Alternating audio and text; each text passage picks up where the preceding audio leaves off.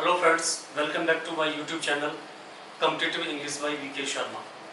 Student, आज आपके सामने एक नई वीडियो देने जा रहे हैं हम आपको, दैट्स अ सुपरफ्लुअस। तो पहली बात आप ये समझे स्टूडेंट्स कि सुपरफ्लुअस वर्ड्स क्या होते हैं, सुपरफ्लुअस एक्सप्रेशंस क्या होते हैं। जब आप किसी भी एग्जामिनेशन में अपीयर करते हो तो स्टूडेंट्स आपको एक या दो सेंटेंस सुपरफ्लुअस एक्सप्रेशन से मिलता है। और एक चीज और याद रखना students, when we speak English we use superfluous words in our sentences. हम इतना यूज करते हैं कि वो सुपरफ्लुअस वर्ड्स हमको क्या लगने लगते हैं, अच्छे लगने लगते हैं। पता नहीं चलता स्टूडेंट्स कि whether we are using the correct words और whether we are using the incorrect words. और इसी चीज का एग्जामिनर फायदा उठाता है। In very starting I was very much categorical clear students कि 25% इंग्लिश, 25% इंग्लिश आपके एग्जामिनेशन बोली पूछी जाती है कि जो हम डे टू डेज में यूज करते हैं, डे टू डेज में बोलते हैं स्टूडेंट्स। और उसमें से 60% English we speak wrong English, और उसी चीज़ का एग्जामिनर क्या उठाता है, फायदा उठाता है। तो सबसे पहले हम आपको बताना चाहेंगे कि सुपरफ्लुअस एक्सप्रेशंस क्या होते हैं, सुपरफ्लुअस वर्ड्स क्या होते हैं स्टूडेंट्स।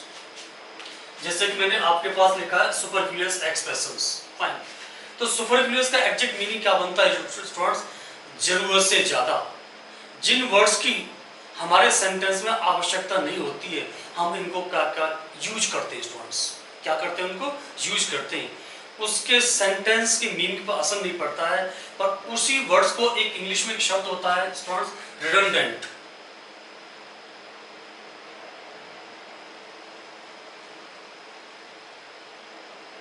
रिडंडेंट शब्द होता है, रिडंडेंट।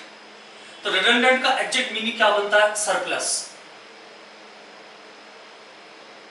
क्या मतलब बनता है, सरप्लस।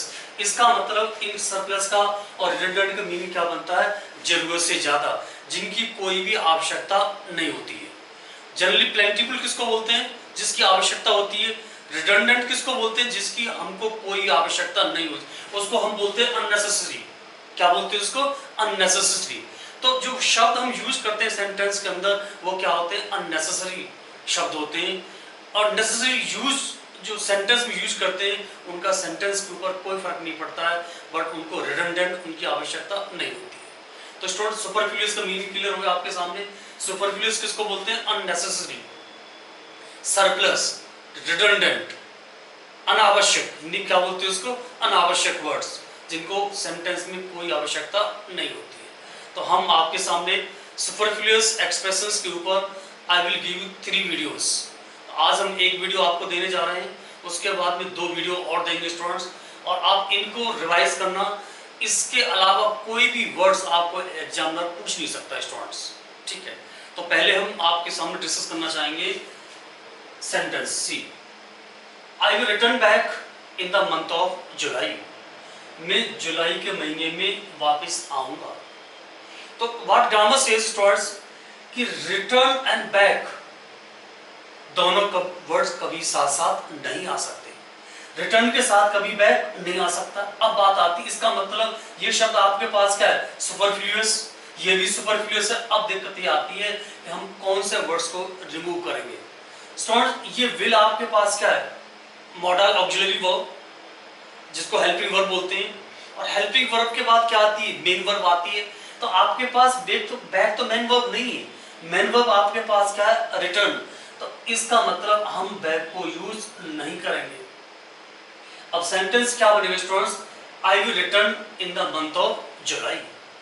तो रिमेंबर दैट इसी को, इस बैक वर्ड की आवश्यकता नहीं थी, पर हमने इसको यूज किया। ऐसे ही शब्दों को हम क्या बोलते हैं, सुपरफ्लुअस वर्ड्स। हमने सेकंड एग्जांपल दिया students, he lent me some books and asked me to return them back immediately। तो जब एग्जामिनेशन में आपके पास रिटर्न आता है तो you must make a image in your mind.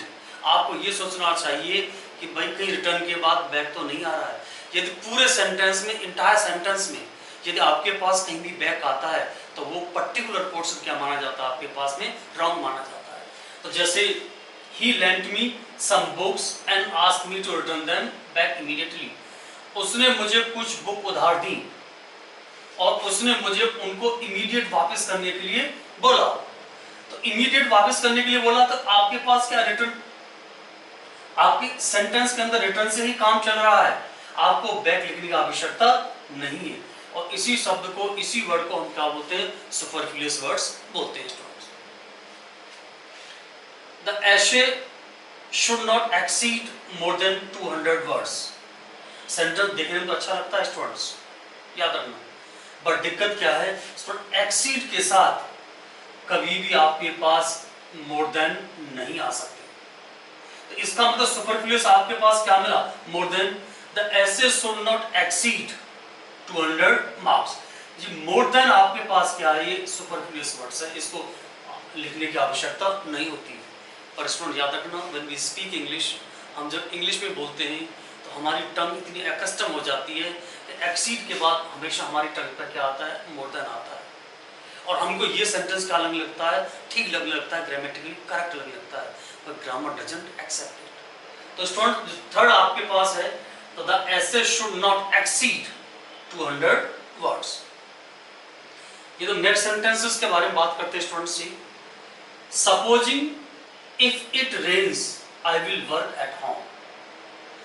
ये एसएससी और सीडीएस एग्जामिनेशन में काफी पूछा जाता है सपोजिंग इफ वाला स्टूडेंट्स।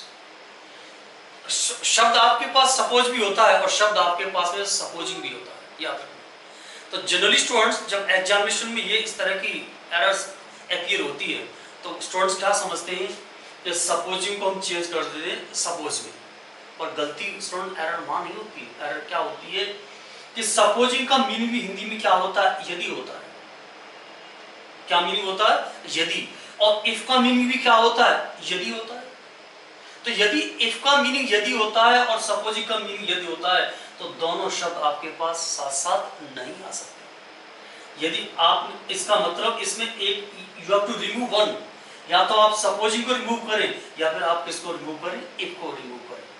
सपोजिंग इट रेन्स या फिर इफ इट रेन्स, यदि बरसात होती है, आई विल वर्क एट होम, मैं घर पे ही काम करूंगा। तो ये आपके पास में या तो रिमूव करें सपोजिंग को या फिर रिमूव करें इफ। सपोज हमने इफ को रिमूव कर दिया तो सेंटेंस क्या बनता है, सपोजिंग इट रेन्स, यदि बरसात होती है, यदि बरसात होगी, आई विल वर्क एट होम, मैं घर से ही काम, घर पे ही काम करूंगा। हमने बात की। Student next, the student asked to repeat the question again.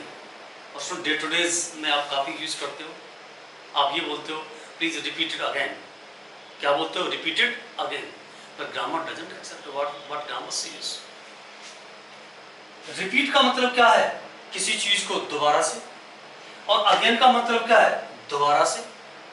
इसका मतलब ये शब्द रिपीट और अगेन दोनों क्या माने जाते हैं आपके पास में, सुपरफ्लुअस वर्ड्स माने जाते हैं।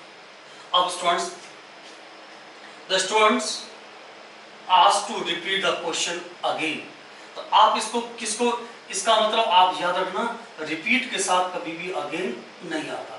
आप अगेन को यदि डिलीट करते हो, now sentence becomes correct. The student asked to repeat the question. Fine. Examination का, एग्जामिनर का पूछने का मकसद भी ये होता है, मैंने आपको बताया था कि हम डे टू डे लैंग्वेज में, हम कॉलेक्टिव लैंग्वेज में, हम बोलचाल की भाषा में ऐसे वाले वर्ड्स को यूज करते हैं। तो हमको ये लगता है कि ये सेंटेंस आपके पास क्या करेक्ट है, पर सेंटेंस ग्रामर के हिसाब से क्या माना जाता है, incorrect. I think student sentence should be clear.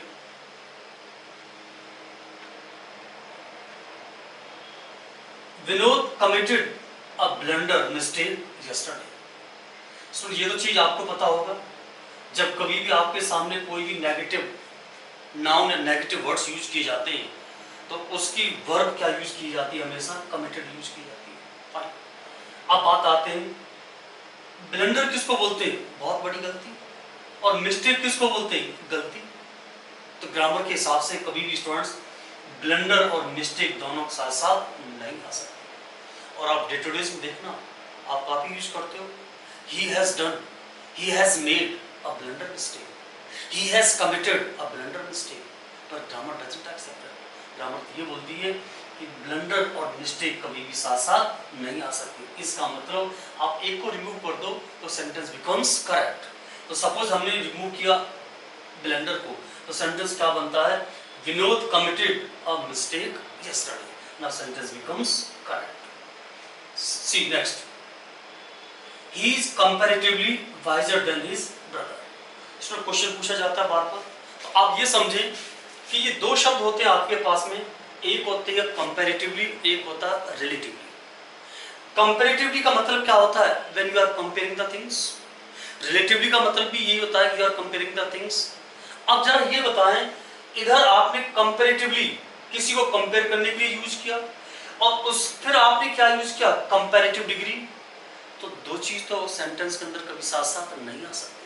आप कंपैरेटिवली भी यूज कर रहे हैं और आप क्या यूज कर रहे हो, वाइजर। और वाइजर कौन सी डिग्री होती है आपके पास में, कंपैरेटिव। आपको पता होगा एडजेक्टिव की 3 डिग्री होती है, हम जब एडजेक्टिव पढ़ाएंगे बताएंगे, पॉजिटिव, कंपैरेटिव, सुपरलेटिव।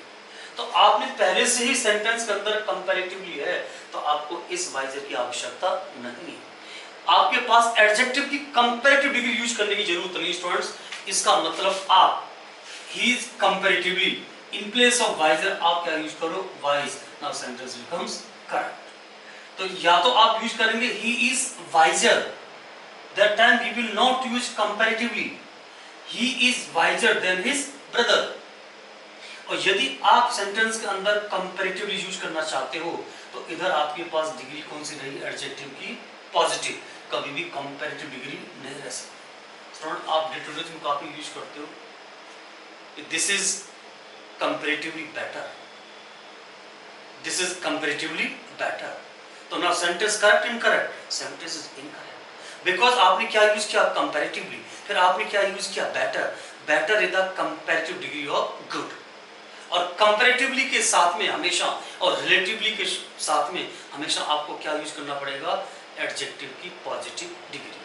तो उधर आपके पास क्या बनेगा, this is comparatively good, और इधर आपके पास क्या यूज किया है, he is comparatively wise than his brother। Question को पूछा जाता है। हमने बात की स्टूडेंट्स नेक्स्ट सेंटेंस में, I do not have leisure time to gossip। तो याद रखना, इसको डे टू डे की लैंग्वेज में काफी शब्द यूज किया जाता है, और आप अंतर समझे स्टूडेंट्स। लेजर जो आपके पास होता है, LEISURE लेजर, इस लेजर का टाइम क्या होता है, मतलब होता है फुर्सत। और फुर्सत किसको बोलते हैं, खाली टाइम। किसको बोलते हैं, खाली टाइम। मैंने आपको यूज किया खाली टाइम, तो और आपने टाइम यहां भी यूज कर रखा है, इसका मतलब क्या है, खाली टाइम। इसका मतलब क्या है, टाइम। इसका मतलब लेजर के बाद कभी भी टाइम नहीं आ सकता, रिमेंबर दैट। तो इसका क्या बनेगा, I do not have leisure to gossip. तो ये दोनों शब्द आपके पास में, लेजर और टाइम, कभी साथ साथ नहीं आ सकते, और ऐसे ही शब्दों को हम क्या बोलते हैं ग्रामर में, सुपरफ्लुअस वर्ड्स। इसी को बोलते हैं सरप्लस, इसी को क्या बोलते हैं, रिडंडेंट। सरप्लस किसको बोलते हैं, जिसकी कोई आवश्यकता नहीं है। रिडंडेंट किसको बोलते हैं, जिसकी कोई आवश्यकता नहीं, जिसको क्या बोलते हैं, अननेसेसरी। उसी को क्या बोलते हैं, सुपरफ्लुअस। आपने कभी स्टूडेंट सुना हो डे टू डेज में, कजिन के बाद कभी भी ब्रदर सिस्टर नहीं आते। आप तो काफी यूज करते हो कि she is my cousin sister, he is my cousin brother, but grammar doesn't accept it। तो यदि आप बोलोगे she is my cousin sister, तो आपके पास सिस्टर क्या है, आपके पास सुपरफ्लुअस वर्ड है, तो आपको एडजेक्टिव यूज क्या करना पड़ेगा, she is my cousin, he is my cousin। ठीक है, यदि हम ऐसे बात करते हैं, या फिर जैसे रिटर्न के बाद बताया था, इसी तरह से एक शब्द होता है आपके पास में, रिकॉल। क्या मतलब होता है, रिकॉल। रिकॉल के बाद भी कभी क्या नहीं आता आपके पास में, बैक नहीं आता। और सिंपल सी बात है स्टूडेंट, री का मतलब क्या होता है, प्रीफिक्स पढ़ाएंगे बताएंगे। री का मतलब होता है पुनः, दोबारा से। क्या मतलब होता है, पुनः या फिर दोबारा से। जब आप दोबारा से यूज करते हो, तो आपको इन शब्दों के बाद कभी बैक यूज नहीं कर सकते। ठीक है स्टूडेंट, इसी तरह की हम आपके पास में will make the 2 more videos, total 3 video बनाएंगे। इससे बाहर कभी भी कोई भी क्वेश्चन आपके एग्जामिनेशन में बिल्कुल नहीं जाएगा। ठीक है स्टूडेंट्स, नाउ ये all about the superfluous expressions, superfluous words, और आई थिंक ये वर्ड्स सेंटेंस आपके सामने क्लियर हो गए।